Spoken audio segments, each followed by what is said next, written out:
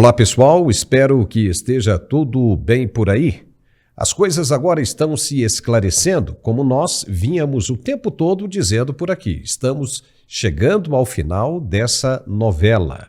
Para o atual governo do PT, o importante é prender Bolsonaro, porque os caras acham mesmo que isso vai melhorar a situação eleitoral deles.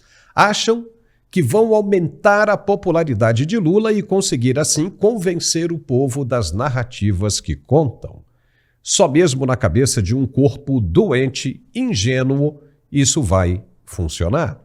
Porque na cabeça do judiciário a preocupação é outra totalmente diferente. Prender Bolsonaro funcionaria mais como uma moeda de troca do tipo refém, exatamente como estão fazendo no Oriente Médio, um peso em troca de outro. Não nos prendem, que nós não prendemos um dos seus. Seria mais ou menos isso. Mas tem muita gente dizendo por aí que essa barganha está muito acima da capacidade de compreensão de quem já está se desmanchando todo de desespero. Por outro lado, também há quem diga que uma prisão de Bolsonaro seja interessante para ser usada como ganho político. Todos os grandes líderes mundiais que foram presos usaram isso em seu próprio favor e fortalecimento. Só lembrando que o dia 16 de março promete ser uma grande data. Já imaginou com a prisão do ex-presidente como vai ficar essa manifestação? Ao que parece, essa gente toda é bolsonarista disfarçada de esquerdista, porque a gente nunca viu tanto tiro saindo pela culatra e fortalecendo o alvo como nesses últimos tempos. É impressionante. Mas vamos falar sobre isso e também sobre o processo contra o ministro do Supremo nos Estados Unidos. É daqui a pouco, depois do anúncio de nosso apoiador. Se liga aí que a gente volta em instantes. Até já. Meu nome é Valdemir Pereira de Santana, Bahia. Eu quero aqui dar o meu depoimento e testemunho desse maravilhoso suplemento, remédio.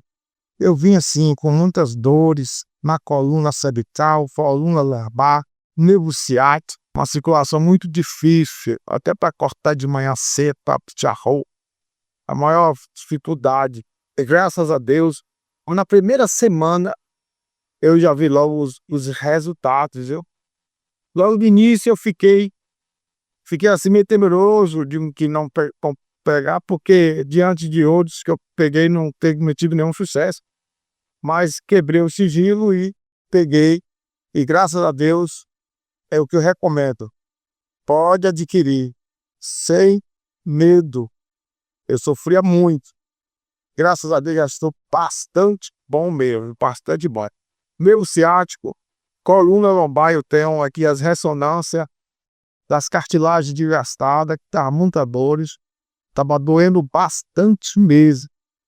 E graças a Deus, a primeira semana, eu já estou bem melhor mesmo, tá bom? Olá, meu querido Paulo, que alegria mais uma vez estar aqui para falarmos desse produto sensacional que está transformando vidas, né? E você acabou de acompanhar aqui mais uma pessoa que hoje não depende de remédio, mais uma pessoa que hoje não sofre com dores. E é isso que vai acontecer. O próximo testemunho, o próximo depoimento, eu tenho certeza que vai ser o seu. Porque, gente, não dá para aceitar viver com dores, não dá para aceitar trabalhar com dor. Tem muita gente que está me ouvindo agora, que se acostuma a trabalhar com dor, a conviver com a dor, porque não encontra soluções. Já tentou de tudo, tomou vários produtos, vários remédios, já fez fisioterapia, fez diversos procedimentos e não teve resultado. E aí a pessoa fala, meu Deus, já fiz de tudo, eu não tenho mais o que fazer. E aí acaba se acostumando com a dor. Tem gente que vive à base de remédio. Compra um remédio aqui, um analgésico, anti-inflamatório. Gente, você precisa de uma solução definitiva. A dor nada mais é do que um alerta, um sinal, um aviso que o nosso corpo nos dá de que algo está errado. É como se fosse um carro. Quando vai apresentar um problema, ele dá um defeito, uma luz no painel acende. O corpo é a mesma coisa. Só que o corpo, a diferença é que a gente não consegue trocar peças, né? A coluna é uma só, o joelho é um só, então a gente tem que cuidar. Então, se você está sentindo dores, o Articular, que ele é o único produto no Brasil capaz de acabar com a dor já na primeira semana de uso. E não é exagero, tá, gente? Na primeira semana de uso isso acontece devido à fórmula que ele tem, uma fórmula muito potente, muito forte. Ela é muito agressiva para a dor. Essa fórmula, ela tem condroitina, tem o magnésio, tem a cúrcuma, tem a vitamina D, tem a cartilagem C2 e tem o poderoso ácido hialurônico ortopédico. Gente, qualquer ortopedista que você for levar esse produto, ele vai falar para você que é uma fórmula maravilhosa. Então, gente, é um produto que dá resultado rápido, até porque quem tem dor tem pressa, né? Quem tem dor não quer esperar e quem tem dor precisa de um produto realmente que dê resultado. E isso é o que o Articular que faz. Ele entrega resultado e resultado rápido. Chega até ser superior a uma cirurgia. Porque, gente, a cirurgia você tem pós-operatório. A cirurgia, você depende de um profissional que às vezes não está no seu melhor dia. Então é risco, como toda cirurgia tem seu risco. E ainda você ficar de pós-operatório para quem trabalha é impossível. Não dá para ficar parado. É por isso que as pessoas aceitam a conviver com a dor. Mas agora, isso tem que acabar. E o Articular que vai te ajudar a virar essa chave. Voltar a produzir, voltar a trabalhar como trabalhava e voltar a viver a vida sem dores, sem sofrimento e sem remédio. Se você quer ter essa vida a partir de agora, então já vai ligando. Aproveita porque hoje estamos com a mega promoção. O telefone eu já vou deixar aqui, ó. 0800 591 4391. 0800 591 4391. E olha, hoje nós estamos em mega promoção para os 3.000 primeiros telespectadores que ligarem hoje. Hoje vai ter um desconto especial, desconto máximo. Se você for aposentado ou pensionista, condição especial para você. E o melhor de tudo, gente, você ainda ganha de presente. É presente, não é sorteio. Você ganha 2 pomadas massageadoras. São pomadas de extrema eficácia. Uma pomada para você passar de dia e a outra pomada para você passar de noite. Sempre em movimentos circulares. Passa só um pouquinho porque a pomada é muito forte e ela penetra até a última camada da pele, dando um efeito de alívio para você poder dormir bem mais tranquilo. E junto com as pomadas ainda vai um aparelho de massagem profissional, que é aquela pistola massageadora para você poder fazer massagem pelo corpo todo, tirar os nódulos. O bom que dá para você levar também para o escritório, dá para usar no carro, é maravilhoso. Tudo isso você ganha de presente e ainda você recebe em casa nos próximos dias e o pagamento é só para o mês de março, só para o mês de março, né, o finalzinho de março aí para você poder pagar. Então não se preocupe com o pagamento, porque até lá eu tenho certeza que até o dia de você pagar, você já teve um grande, mas um grande resultado. Então tudo começa a partir da sua atitude ligando agora. 0800 591 4391. 0800 591 4391 e receba esse produto maravilhoso contra as dores que é o Articular, que Paulo. E já estamos de volta com o nosso programa de análises aqui no Mundial Telenotícias. Está acontecendo. A Justiça Americana já movimenta para a incriminação do ministro do STF, Alexandre de Moraes. O processo foi aberto na Corte Federal de Tampa, no estado da Flórida, e a equipe do presidente Donald Trump e de seus aliados escolheu na ponta do dedo a corte e o juiz que deveriam analisar o caso. Por que será? Ou seja, as chances do ministro ser condenado por atos contra a primeira emenda americana são muito grandes.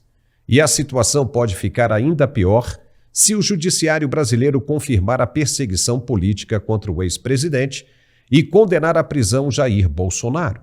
Por quê? Porque Trump considera Bolsonaro um aliado do governo dele e dos Estados Unidos. E ele deixou muito claro que não vai admitir a perseguição de aliados dos americanos. A prova está aí para quem quiser conferir. A peça que está nas mãos do juiz de Tampa traz provas contundentes de que o ministro infringiu regras internacionais, segundo os advogados, das quais tanto os Estados Unidos como o Brasil fazem parte, são signatários. Além dessas regras internacionais, O ministro, segundo os advogados das empresas de Trump e da plataforma Rumble, ainda teria burlado a Constituição americana e invadido limites das regras digitais do país, como ter, por exemplo, ameaçado uma plataforma de mídia social, a Rumble, de multas pesadas se não retirasse do ar perfis e postagens de um cidadão em território americano, mesmo que este cidadão ainda não fosse um americano. Só por estar em território dos Estados Unidos, ele já está protegido pelas leis do país. E segundo a denúncia, o ministro Alexandre de Moraes ignorou isso completamente e ignorou os trâmites internacionais e fez valer a sua vontade própria. Isso tem um custo alto e será cobrado agora com vasto material comprobatório. Em entrevista a um canal de notícias brasileiro, o advogado que fez a representação contra o ministro na Corte Americana explicou com detalhes por que Alexandre de Moraes está enrolado com a justiça do país. Martin de Luca, surpreendentemente, fala português muito bem e explicou com clareza o caso. Veja. O ministro do Supremo tem 3 caminhos para assistência judicial nos Estados Unidos e para fazer cumprir uma ordem judicial brasileira nos Estados Unidos. Tem um tratado de assistência legal mútua entre o Brasil e os Estados Unidos, feito desde o ano 2001, se não me engano, no qual a Autoridade Central Brasileira, o Ministério da Justiça, o STF encaminha o mandado para o Ministério da Justiça em Brasília, o Ministério da Justiça encaminha o mandado para o Departamento de Justiça em Washington, é recebido por uma unidade especializada que recebe MLATs, pedidos de assistência do mundo inteiro, encaminha, se cumpre com as leis dos Estados Unidos o pedido, é só encaminhado para o distrito correspondente, nesse caso Tampa, e aí pode ser servida e feita cumprir a ordem judicial. Esse é o principal caminho e o mais comum que é utilizado em todas as investigações criminais. Também tem a Convenção da Haia e também tem um sistema que é utilizado menos em investigações criminais, que é cartas rogatórias. Então você tem 3 caminhos juridicamente válidos com consentimento do governo dos Estados Unidos para fazer isso. O que acabou acontecendo aqui foi que o gabinete do ministro, primeiro, se aproximou aos ex-advogados brasileiros da Rumble no Brasil e, pelo que foi informado a nós, demandou que esses advogados sejam recontratados pela Rumble para o propósito de receber o mandado sigiloso. Eu não vejo isso como algo válido. A Rumble não tem presença nenhuma no Brasil. Não tem funcionários, não tem operações, não tem negócios, não tem contas bancárias, não tem nenhum papel no Brasil. E após essa jogada não ter sido exitosa, o gabinete do ministro simplesmente encaminhou um e-mail ao endereço de e-mail legal@rumble.com, que se encontra na Flórida. Infelizmente, isso não é uma forma válida de fazer cumprir uma ordem judicial brasileira nos Estados Unidos. Isso que dispara esses assuntos de soberania digital que estamos falando. Por quê? Porque a ordem, como foi descrita no complaint, na denúncia no Fórum Federal em Tampa, demanda que a Rumble aplique medidas de censura sobre uma pessoa que não tem sido identificada, mas que é residente dos Estados Unidos. Então, você está demandando que uma empresa americana, sem operações nem contatos com o Brasil, censure as contas de um residente dos Estados Unidos, por razões que não foram explicadas, mas você pode chegar às suas próprias conclusões. E também foi solicitado que a Rumble bloqueie o fluxo de fundos desde a Rumble e desde todos os contribuidores, quem faz propaganda, etc., com essas contas, para o usuário. Ou seja, cortar o fluxo de fundos de uma empresa americana a um usuário residente nos Estados Unidos. Então, para propósito da lei, um usuário americano qualquer pessoa que se encontra fisicamente dentro do território nacional dos Estados Unidos está protegida pela Constituição dos Estados Unidos. Porém, aplica a primeira emenda. O mais preocupante disso é que essa pessoa já teve um pedido de extradição pelo ministro, que foi recusado pelo governo dos Estados Unidos. E após isso, fazer um e-mail, mandando um mandado por e-mail, com certas ameaças que vocês podem se imaginar, estão descritas na denúncia, mas se não é cumprido em 2 horas, você pagará uma multa de X, você será, vamos apagar o serviço no Brasil de formas não especificadas. Então, uma série de ameaças. Se esses mandados tivessem sido feitos pelo Emelati, também é extremamente provável, quase certeza absoluta, que teriam sido recusados pelo governo dos Estados Unidos. Então, essa é a grande questão. E isso foi o que disparou a Trump Media e a Rumble acionar o processo para falar a censura para aqui, a censura para nossa fronteira. Uou! Isso realmente é muito impressionante. Será que nenhum assessor alertou o ministro desse problema, do que poderia acontecer?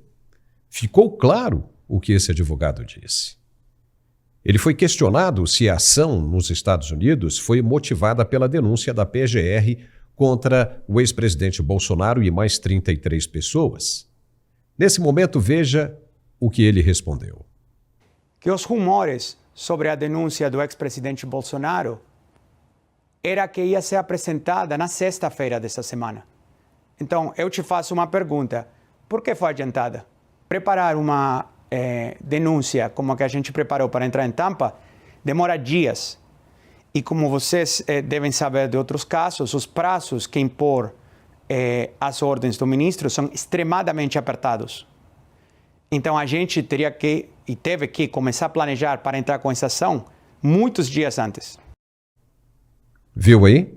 O advogado disse que foi exatamente o contrário, como já havíamos apontado aqui.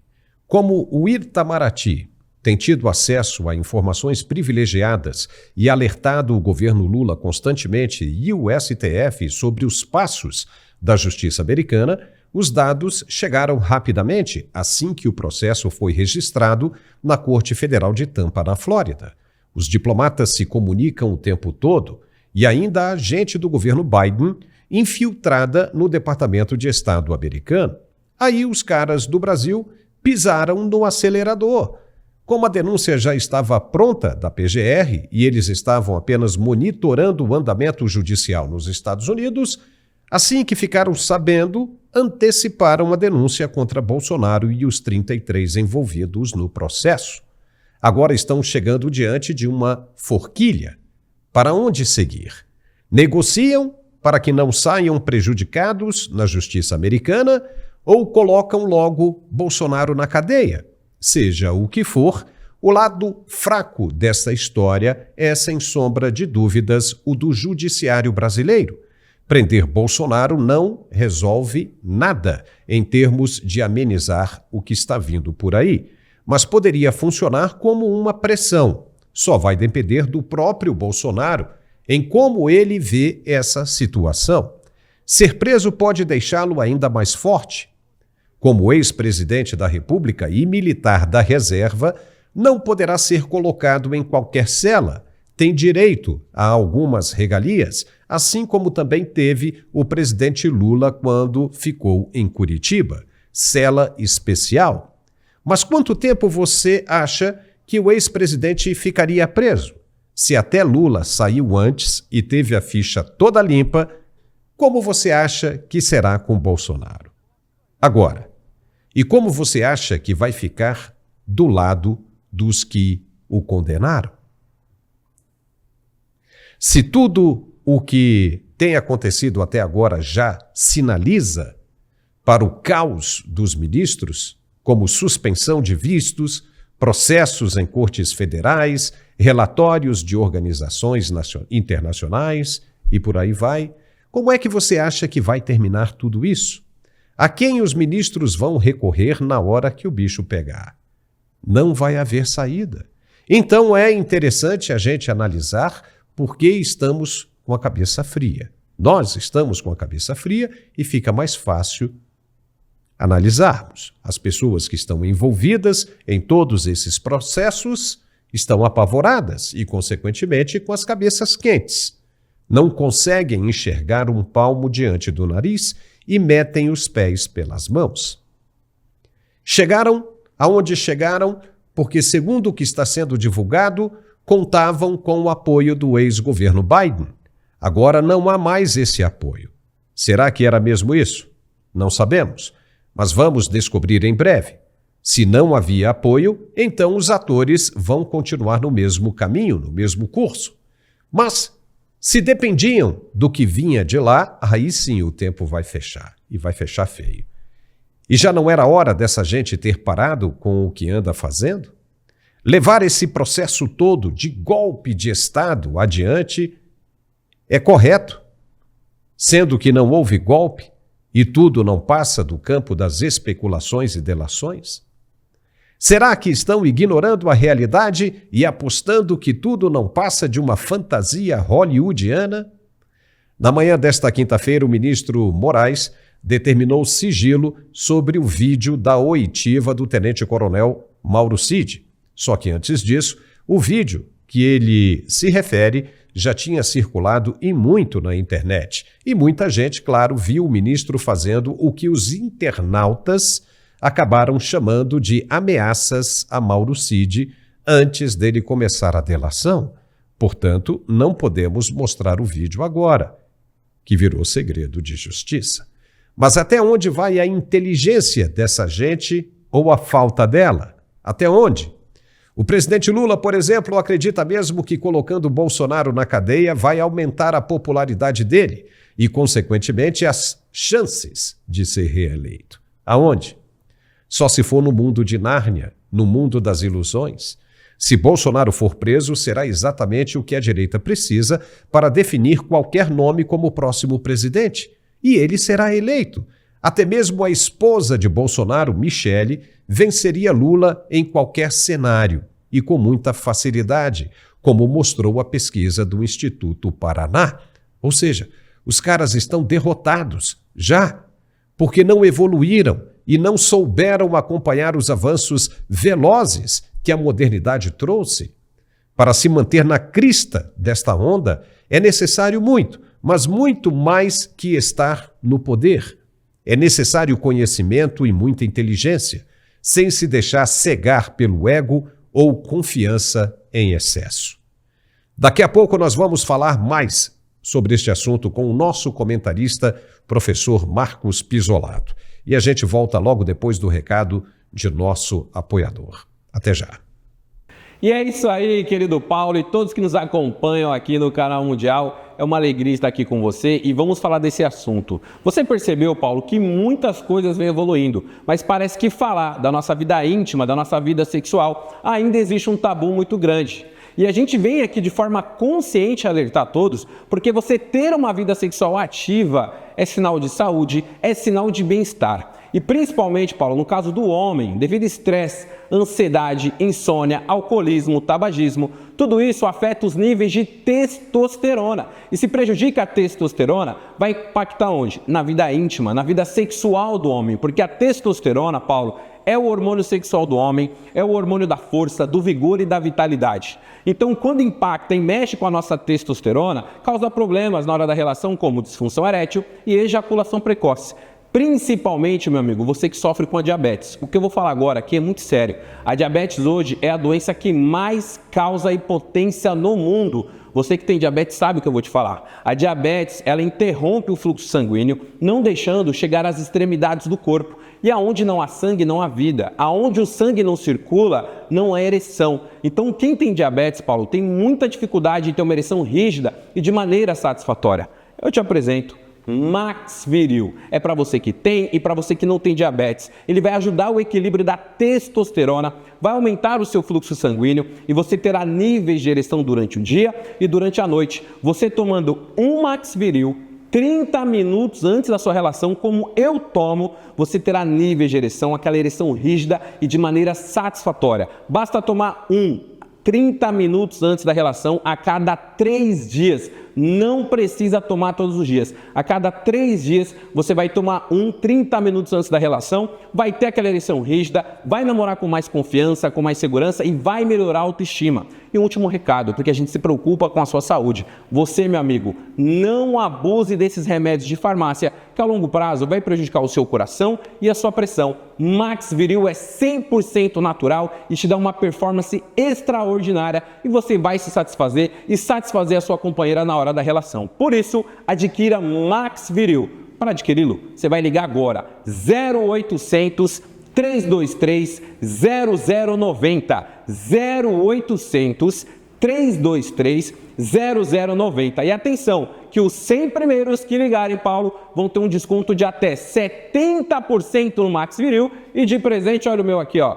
Vai ganhar um smartwatch, tá? Que vai marcar o quê? Sua caloria, seus batimentos cardíacos. É para cuidar da saúde. Liga 0800 323 0090 0800 323 0090 para colocar tudo para cima, para ter mais confiança, segurança e não falhar na hora H. É Max Viril, Paulo! E já estamos de volta com as análises do dia aqui no nosso programa no Mundial Telenotícias. Como explicar os atos do judiciário brasileiro? É cada dia uma paulada. Tornaram o ex-presidente Bolsonaro inelegível porque ele se reuniu com embaixadores e, entre os assuntos discutidos, falou sobre o processo eleitoral brasileiro. Oh boy! Agora a PGR o denuncia por liderar uma quadrilha que planejava dar um golpe de Estado no Brasil sem apresentar uma única prova consistente, contundente, que não fosse a delação premiada de um ex-ajudante. E se esse ex-ajudante estivesse magoado com o ex-presidente, hein? E resolvesse prejudicá-lo? Como seria? O próprio STF disse num passado não muito distante, que uma delação não pode ser considerada porque a pessoa que delata está sob pressão, está fora de si e pode mentir ou até vender a própria mãe para se dar bem. Mas os criminosos de verdade, réus confessos e que foram condenados por corrupção e desvio de recursos públicos, são tratados de maneira diferenciada pela mesma corte. Como fazer o povo entender que o ministro Toffoli anulou todas as condenações do ex-ministro de Lula e Dilma, Antônio Palocci, que chegou a confessar os crimes com riqueza de detalhes? Como? Mas, por incrível que pareça, isso aconteceu. O ministro Dias Toffoli anulou todos os atos da Operação Lava Jato contra o ex-ministro Antônio Palocci, abrangendo tanto as investigações do Ministério Público Federal quanto as decisões do então juiz Sérgio Moro. Oh boy! Vamos conversar agora com o professor Marcos Pisolato. Seja muito bem-vindo, Pisolato. Agora os caras passaram dos limites, hein? Palocci era réu confesso e deve até ficar constrangido com essa decisão do ministro Toffoli. É impressionante. Depois os caras reclamam, não sabem por que o povo acha ruim as decisões do Supremo, por que o judiciário caiu, né, em desaprovação pelo povo brasileiro. Mas olha aí, como é que a gente explica isso? O que você acha, Pisolato? Seja bem-vindo. Olá, Paulo, tudo bem? Saudações à nossa audiência. Aliás, eu vou começar saudando uma pessoa muito especial da nossa audiência, que é a Dona Ângela. Dona Ângela não perde o programa teu aqui. Ângela, Dona Ângela é mãe do dela? Pedro. Ângela Balbinotti. A Dona Ângela Balbinotti é mãe de um aluno meu, o Pedro. Aliás, o Olha, Pedro um abração aqui no Sul, aí a gente para disse ela, que para Dona Ângela. Mando, pode deixar. Amanhã mesmo eu já vou dar um abraço. Dona Ângela, obrigado pela companhia e obrigado a toda a nossa audiência pela parceria, porque o momento que a gente passa no Brasil é o momento que as pessoas que têm os mesmos objetivos, qual seja aí um país mais livre e justo, devem andar juntas, devem compartilhar esse sentimento e esse desejo, inclusive. A gente já falou no teu programa aqui, Paulo, sobre as duas justiças que existem no Brasil. A deusa Têmis, que na frente do nosso STF é uma senhora sentada, que já diz muito sobre, né? A justiça está descansando, está vendada para não olhar o que está acontecendo, né? Porque nós temos de fato duas justiças. Está muito claro em todo esse desmembramento da Lava Jato, mais claro ainda na determinação do caso do Palocci, porque ele de fato é réu confesso. Esse vídeo não é sigiloso, ele está circulando na internet. O Palocci confessa as ligações com o Odebrecht, confessa inclusive que o presidente Lula recebeu dinheiro diretamente do Marcelo Odebrecht. E ele fez uso o quê? O Palocci e seus advogados fez uso de uma anulação de processo anterior. O mesmo Toffoli havia anulado todos os processos contra o Marcelo Odebrecht. Ora, se valeu aquele argumento contra o Odebrecht, vale também para mim. Então, anule-se também. E foi o que aconteceu. A gente fica com aquela sensação que nós temos duas justiças. Uma é estrita, uma segue à risca, cada vírgulazinha, cada pulga da lei é utilizado para punir quem está à direita. E a outra, do outro lado, é um pouco mais suave. E eu me dei ao trabalho de ler alguns trechos do texto do ministro Toffoli falando sobre o porquê da anulação. Eu achei até divertido em alguma medida, porque a gente tenta manter o humor e a calma, como você bem disse, para poder analisar mais friamente. E ele fala assim, olha que lindo essa frase. Eu só sugiro que ele poderia soprar essa frase para um ministro que está do outro lado da bancada dos 11 juízes. O necessário combate à corrupção, isso é frase do ministro do STF, Dias Toffoli, o necessário combate à corrupção não autoriza o fiscal e o aplicador da lei a descumpri-la. Olha que maravilhoso isso. Um juiz não pode, como aplicador da lei, violar a lei alegando defendê-la. Não é fantástico isso? E veja que ilustrativo. De um lado, o ministro Dias Toffoli falando, olha, houve algumas falhas aí, houve parcialidade dos juízes, o caso lá do promotor, do Deltan, do juiz Sérgio Moro, houve parcialidade. Então, um juiz não pode usar isso para beneficiar ou prejudicar alguém. Olha só que interessante, né? Depois a gente vai debater um pouquinho mais sobre o caso do STF, do Moraes e do Bolsonaro. É exatamente essa medida que a gente pede. Por exemplo, como é que nós vamos permitir que haja esse, para usar a citação dele, um juiz não pode autorizar, o fiscal não pode autorizar e aplicar a lei, e aplicando a lei, descumpri-la. É só isso que a gente pede. Que um juiz, para aplicar a lei, não descumpra a lei, porque ele não é acima da lei. É absurdo. O Palocci foi condenado a 18 anos, não cumpriu, depois foi reduzido para metade, 9 anos, depois foi para casa, né, cumpriu prisão domiciliar, é um réu confesso. Eu entendo, quando eu sempre acompanho os comentários da nossa audiência depois do programa, eu repito, a gente entende a angústia da nossa audiência, porque dá mesmo a sensação que o Brasil vem derretendo. Mas eu gosto sempre de deixar a esperança. Calma, gente, tenha paciência. Hoje é só dia 20. Hoje faz só um mês. E olha quanta coisa acontecendo desde a posse do Trump. Como você bem disse, Paulo, tudo que eles estão fazendo está armando a direita.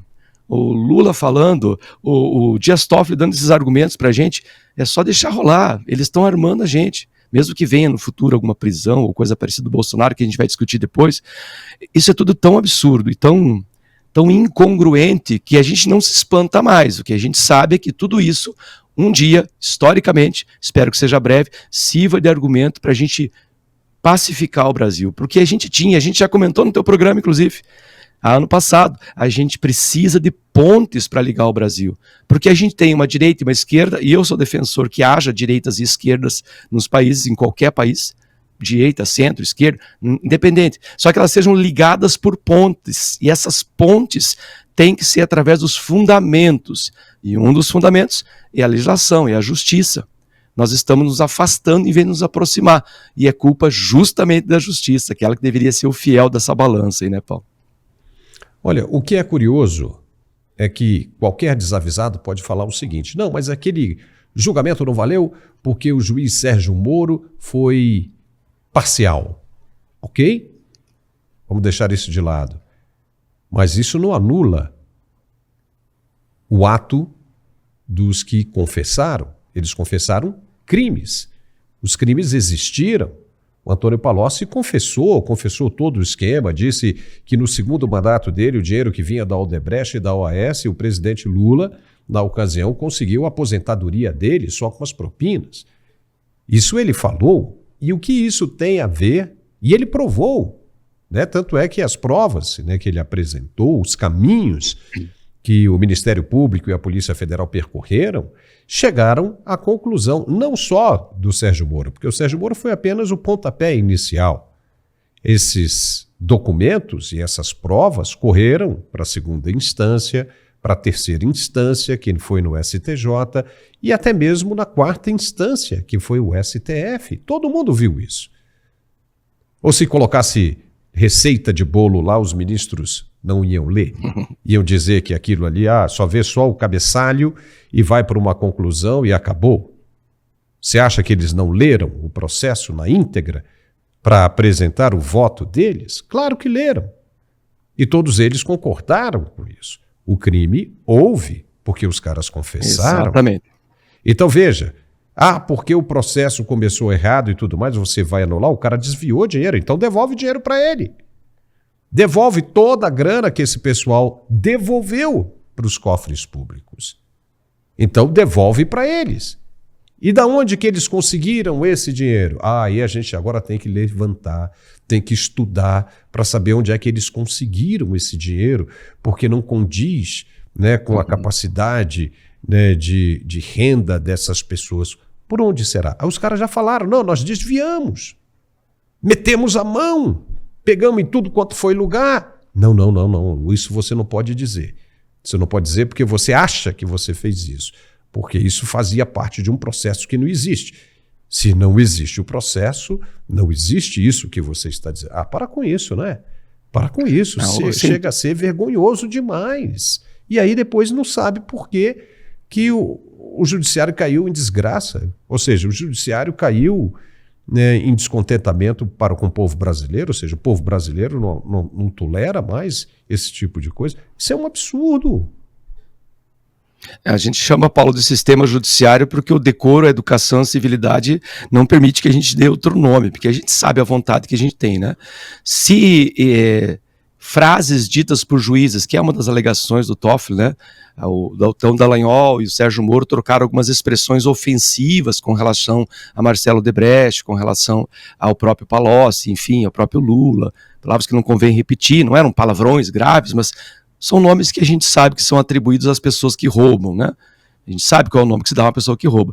E isso foi o suficiente para começar essa imputação de imparcialidade para os juízes e para o promotor. Ora, se palavras ditas de forma até ofensiva ou depreciativa são o suficiente para levantar suspeição sobre juízes, nós devemos recordar aí o perdeu Mané, o derrotamos o bolsonarismo, omissão dada, emissão cumprida, tudo isso tornaria muito suspeito diversos juízes aí das cortes superiores, para usar de novo a ideia de balança, né, já que criou-se a prerrogativa para o lado da esquerda ser beneficiado, então teríamos que fazer o mesmo. Agora você bem colocou, o crime foi cometido. E se de fato esse juiz, esse ministro, né, já que ele é advogado, mas não é um juiz de carreira, um ministro, colocado lá, a gente sabe bem por quê, mas se é de fato para combater a corrupção, se há as delações que aliás foram homologadas, se há calhamaços e calhamaços de provas, ora, vamos combater a corrupção, foi injusto, alguma falha no processo, que não seja essa da alegação de que os juízes fizeram comentários jocosos sobre alguns dos condenados, aí, agora anulados os processos, então vamos iniciar as investigações novamente, olha, vamos anular esse processo aí, porque o crime houve, nós não podemos deixar impunes pessoas que saquearam o Brasil durante tanto tempo. E olha, se a Lava Jato tivesse tido continuidade, tenho certeza que muito mais coisas apareceriam. Se ela estivesse viva ainda hoje, bom, não sei nem dizer, né? A gente vem denunciando aqui, e muitas pessoas vêm denunciando o Brasil afora, as várias coisas estranhas que têm acontecido e que não são investigadas com a mesma dedicação que a PGR, por exemplo, investiga o presidente Bolsonaro. De novo, eu repito, o que a gente pede é que a medida da justiça seja justa. A gente não tem mais um sistema judiciário. Se alguém disser que a gente vive num sistema judiciário equilibrado, equânime, isônomo, isso é mentira. Existe uma lei muito, muito severa, rápida, quando se trata de julgar qualquer coisa que tenha sido cometida para a esquerda. Esse cometido aqui com bastante ironia, porque às vezes não há cometimento nenhum, né? E enquanto isso, do lado da esquerda é tudo perdão. Então a gente vê muita humanidade da balança da justiça quando se trata da esquerda e muita severidade quando se trata da direita. O caso que você estava mencionando do Moraes é esse, né? É um descabimento que não tem mais nem ligação com a realidade, como bem denunciou aí o advogado do Trump da Rambo nos Estados Unidos, é uma desconexão com a realidade, e a sensação que eu tenho, para encerrar esse meu comentário, é que parece que deram brinquedos muito valiosos, muito cheios de peças e encaixes para crianças que não sabiam brincar. Que o brinquedo é o sistema judiciário. Ele não é brinquedo. Sabe quando a mãe fala assim, ó, não brinca com isso que não é brinquedo, vai quebrar? E a sensação que eu tenho é isso, que foi dado para esses 11 juízes, porque eu já incluo os 11, não vou nem descontar aqueles 2, que parece que eles não existem, né? Parece que a gente só tem 9. Então os 11, eles ganharam um brinquedo que não era brinquedo, não era para brincar, vai quebrar. E eles estão quebrando esse brinquedo. E a minha preocupação é se um dia a gente vai conseguir remontar de forma tranquila e civilizada, já que eu não vejo, a não ser forças contrárias, como também a gente sempre anunciou no teu programa, porque a declaração desse deputado norte-americano, desse advogado norte-americano, é justamente uma força contrária, agindo contra, vindo de fora. Vai ser difícil consertar esse brinquedo que não era brinquedo, que infelizmente é o topo do nosso sistema político, é o sistema judiciário. Já dizia o Rui Barbosa, né? Pior tirania que existe é a tirania do sistema judiciário. Vamos recorrer a quem? Olha só, uma vez o ministro Gilmar Mendes disse que o povo não entende de lei e, de uma certa forma, ele tem razão, porque o povo não é advogado, né? Todo mundo tem a obrigação de conhecer a lei, mas o povo não conhece como um advogado, como um jurista. Então ele disse que, às vezes, as interpretações acabam causando polêmica e que ele não é quem faz as leis. Se alguém tivesse que reclamar, que fosse com quem faz as leis. Porém, veja o comentário dele. Eles apenas interpretam a lei. Como é que podem interpretar a lei quando é, por um lado, e não a mesma interpretação vale quando é para o outro lado? Porque interpretam agora, mesmo sem prova contundente, que o ex-presidente Jair Messias Bolsonaro apoiou o plano de assassinar autoridades da Praça dos Três Poderes. Veja, nem o relatório da Polícia Federal fala sobre isso, como saiu em artigo e matéria no jornal A Folha de São Paulo. Nem o relatório da Polícia Federal fala sobre isso. Então houve uma interpretação que foi além para condenar, foi além do que foi apresentado apenas para condenar. E no caso do Toffoli, não. A lei diz que se foi lá, né, realmente se foi anulado o processo lá para um, eu interpreto que tem que ser anulado para todo mundo. Então não vale mais nada mesmo. O cara sendo pego em flagrante, sendo visto, sendo, entendeu, incontestavelmente confessando pego, em vídeo. Se manifestando e confessando em vídeo. Não interessa. Aí não vale a interpretação, ele não poderia interpretar, não dá, porque no seu caso aqui a lei está dizendo que é isso mesmo que houve ali, mas você anula ali o que começou, mas, meu amigo, olha, a lei está aqui. Por outro lado, quando se quer interpretar da maneira correta, se interpreta. Não é, Pesolano? Se interpreta, mesmo porque foram 3 outras instâncias que confirmaram a decisão da primeira instância. A primeira instância foi pequenininha. O juiz Sérgio Moro foi pequenininho nisso aí. Deixa eu acrescentar um detalhe. Com essa questão da interpretação de lei, isso há muito tempo. A gente está falando de épocas antes de Cristo, quando os romanos, de onde vem o nosso direito? Nosso direito é o direito romano, tanto que a língua do direito é o latim. Há muito tempo atrás, diante de muitas revoltas, especialmente dos plebeus, que eram as pessoas despossuídas de poder político, os romanos decidiram escrever as leis, porque as leis eram consuetudinárias, eram baseadas justamente na oralidade dos juízes. Para evitar que houvesse essa oralidade, essa interpretação, que pudesse, de forma dinâmica, beneficiar este ou prejudicar aquele, as leis foram escritas, eram chamadas leis das 12 tábuas no começo, porque elas eram justamente presas às tábuas para que não houvesse nenhum tipo de manipulação. Então foi diminuindo essa quantidade de interpretação. Mas aqui vou lembrar que o nosso Supremo ele tem essa coisa do direito dinâmico. A lei diz uma coisa, mas eu acho que dá para entender de um outro jeito. Nós possuímos leis escritas para diminuir o papel dos juízes, dos ministros nas interpretações.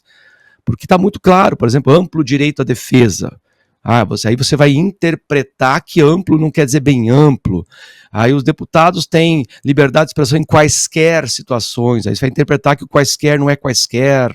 É para evitar esse tipo de coisa que as leis são escritas, para que não houvesse esse tipo de interpretação. Claro que a gente está sendo generoso aqui, porque na verdade o que está havendo aí é de fato uma ideologização, uma politização do nosso Supremo. Ele tem um lado, isso é inegável. A gente está vendo através das muitas denúncias, fica claro nas próprias expressões desses ministros, porque eles são muito participativos publicamente, o que também nos ajuda, porque eles gostam bastante de falar e a gente percebe aonde eles vão falando. Esses dias eu vi, essa semana, né, ouvi do atual presidente do Senado, o senador Alcolumbre, fiquei espantado, um senador da República falar algo assim, estava falando sobre anistia, estava um pouco nervoso, os repórteres perguntaram, e a frase dele, vou citar, ipsis literis, abre aspas, anistia não é um assunto de brasileiros. Veja, a última vez que eu olhei na nossa nominação jurídica, nós éramos uma república. Veja, um senador da República dizendo que existe algum assunto numa república que significa coisa do povo. Não há nenhum assunto que não possa interessar ao povo. Talvez o povo, como você bem disse, talvez não tenha condições técnicas de analisar algumas coisas, de conhecer mais na profundidade algumas coisas, mas essa fala do Alcolumbre é o retrato, apesar de ser o senador, mas é o retrato do Supremo. O Supremo se acha de fato Supremo. O Gilmar Mendes sabe disso. Ele é um homem muito experiente, muito inteligente. Ele sabe que ao falar, as interpretações podem deixar o povo confuso. Ele está dizendo assim, não, é um jeito que eu estou achando aqui para dizer que o povo não entende porque não entende leis. Então, nós estamos seguindo a lei, nós estamos apenas interpretando. A gente sabe que eles estão até, inclusive, criando leis. Olha o crime de fake news, que não existe no ordenamento jurídico. Esse caso do Bolsonaro, que já nós vamos comentar, o que eles estão criando é uma espécie de crime de ato de pensamento ou coisa parecida, que não está no ordenamento jurídico, por sinal.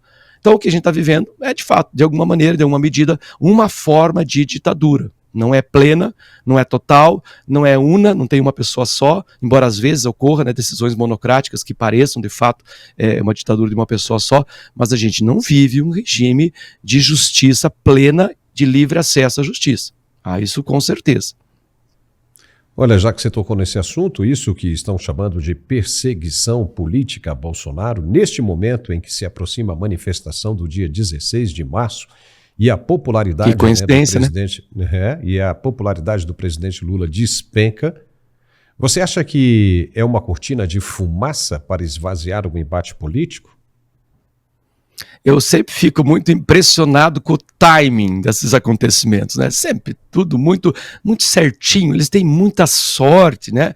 Sempre acontece nos momentos, como nesse caso agora, que o presidente Lula está derretendo, né? A popularidade está despencando, a ponto de jornais que sempre foram, né, mais à esquerda da curva do rio, começarem a fazer crítica. A gente vê os blogueiros da mídia oficial fazendo críticas a esse governo, porque a gente sabe, né, quando a água começa a entrar no convés, porque ela já passou do porão do navio, já está no convés, né, os ratos já abandonaram o navio, falta só aparecer aqueles caras dizendo, não, esse filho não é meu, né? Falta só aparecer negação de paternidade, porque a gente sabe que sim, óbvio que tem, né, é preciso lembrar a nossa audiência aqui, que por exemplo, o Paulo Gonet, apesar de ser do Ministério Federal, Público Federal, ele foi nomeado para a Procuradoria-Geral, para ser o PGR, pelo presidente Lula.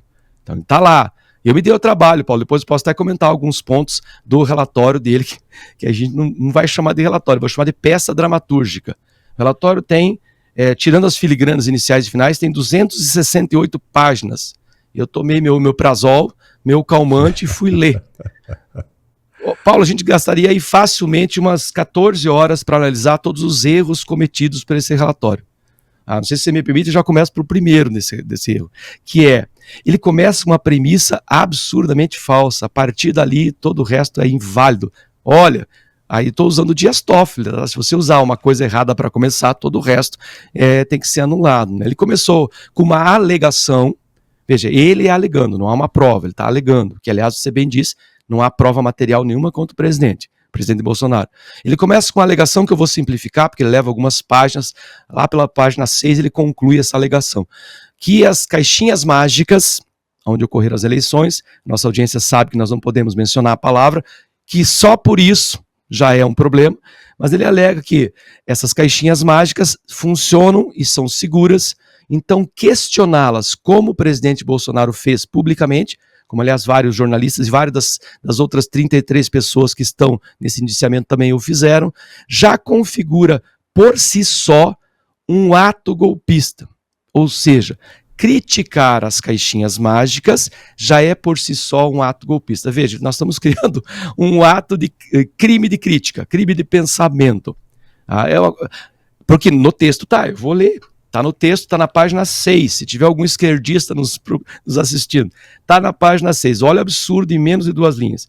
A peça acusatória minudencia, então para baixo vai vir os detalhes. Trama conspiratória armada e, pasmem, armada e executada. Então o golpe foi executado. Está aqui, está no texto dele, página 6. A peça acusatória minudencia a trama conspiratória armada e executada contra as instituições democráticas. Aí eu pensando, mas onde que está a execução do golpe? Ele vai considerar mesmo a senhorinha pichando lá a estátua de Perdeu Mané como golpe? Não, o questionamento. Pois é, o questionamento do Bolsonaro das urnas já era plano golpista para legitimar depois o golpe de fato efetivo e o assassínio das pessoas que ele elenca ali, Lula, Alexandre de Moraes e companhia. Veja, ele criou um crime que não existe no ordenamento jurídico. Depois vem o problema, né? Porque a partir disso, tudo é válido, né? Quando você pega um prego na mão e só vendo o prego você deduz que há alguém crucificado, bom, aí você chutou qualquer característica jurídica de um procurador-geral, que deveria apresentar provas que não existem. Não há, nenhuma das 268 páginas, há nenhuma prova material que envolva o próprio presidente. Há conversas, há citação de uma pessoa falecida, e esta pessoa falecida é o professor Olavo de Carvalho, que é mencionado, assista o vídeo. Isso é uma prova de golpe, alguém dizendo assistiu o golpe. Não assistiu o vídeo, não há nenhuma materialidade, não há nenhuma prova. Então, portanto, criou-se uma nova regra jurídica. Há uma presunção inferida de culpa. Nós não partimos mais, como qualquer processo jurídico, da presunção de inocência. Todo mundo é inocente até prova em contrário. O Gonê partiu da presunção de culpa inferida. Já que ele falou, ele deve ter pensado no golpe. Não há prova material, mas ele falou das urnas. Então eu vou inferir daí que ele queria dar um golpe. Já pensou, Paulo, se a justiça entrar nessa jurisprudência, se esse processo for adiante? E infelizmente quero preparar a nossa audiência, esse processo vai adiante. O que nos leva a outro problema. Porque a primeira turma que vai julgar esse processo, provavelmente já em março, ele deve entrar em julgamento, deve ser unânime, eles provavelmente vão condenar o Bolsonaro, a questão é só se vão fazer prisão preventiva, seria um abuso, mas nós não temos mais ordenamento jurídico mesmo, ou se vão prender depois. Tá? Mas olha quem vai julgar, a primeira turma, que não vai ser no plenário, não vai ser nos 11, vai ser a primeira turma. A primeira turma tem o Fux, a Carmen Lúcia, e olha que interessante, Zanin, advogado pessoal do Lula, Moraes, que tem uma convicção já determinada, eu posso que o voto já deve estar pronto, e o Dino, que é amigo de décadas do Lula. Há um comprometimento ideológico aí, o que de novo fere o ordenamento jurídico. Eu poderia continuar aqui, Paulo, por horas e horas e horas e horas, porque são 268 páginas, uma mais absurda que a outra. Mas como você bem lembrou, a gente não pode mais mencionar o vídeo no Mauro City, mas ele deve circular ainda pela rede, com certeza, né, porque a internet tem essa vantagem, mas fica muito claro ali que houve uma delação, e como o próprio STF, você também já diz, delações são suspeitas porque pode haver uma pressão, uma coação, um temor daquele que está delatando, que possa envolver a si ou a sua família, que o leve a falar o que o juiz quer que ele fale. Por isso, a delação, que é a única prova que existe aí, é uma delação que está um tanto quanto comprometida. Agora, eu vou pedir para você só repetir aquilo que você falou do ministro Toffoli, né, dizendo que um juiz não... Como é que é? Aqui, repita aí, por gentileza. Abre aspas, né, frase do Toffoli. O necessário combate à corrupção não autoriza o fiscal, seria o policial, enfim, o investigador, e o aplicador da lei a descumpri-la. Ou seja, um juiz ou alguém que vai investigar não tem como justificativa, estou cumprindo a lei, por isso vou descumpri-la. Não justifica. Portanto, temos aí uma jurisprudência, né, já que essa foi utilizada para anular o processo do Palocci. Logo, deve ser válido para todos os outros juízes. Eu não posso, alegando cumprir a lei, descumpri-la. Frase dele. Pois é. Necessário combate à corrupção não autoriza o aplicador da lei a descumpri-la. Portanto, a lei deve ser cumprida, mesmo que você esteja alegando cumpri-la. Pois é, estão julgando isso que a gente já considera também como um erro, né? O fato de Bolsonaro ter mandado ou apoiado o crime de assassinato contra as pessoas aí, as autoridades dos 3 poderes, incluindo o ministro Alexandre de Moraes. Pelo fato do nome dele aparecer como vítima, ele não poderia jamais estar julgando esse caso. Exatamente. Entra exatamente aí como o ministro Toffoli mencionou. Então, como é que vai ficar a interpretação disso? Né, ele teria que jogar isso para plenário e se considerar incapacitado para participar desse julgamento. Porque o nome dele está envolvido nesse processo. Então aí já não dá. Aliás, convém ressaltar aí que logo depois, isso, né? Só um detalhezinho, logo depois do indiciamento do Bolsonaro, houve uma espécie de um jantar, um comes e bebes aí, que envolveu o STF, o procurador e o presidente Lula, o que já torna mais suspeito ainda, né? Porque eles seriam as vítimas tipo não podia e vão julgar. Isso é um absurdo acontece, que... né? Infelizmente. Aí teve uma senhorinha que me perguntou, mas isso não pode? Eu falei, sim, não pode. Mas os caras estão fazendo. Por isso que, né? que a gente fala que a gente está vivendo um regime de exceção e não um regime justo, né?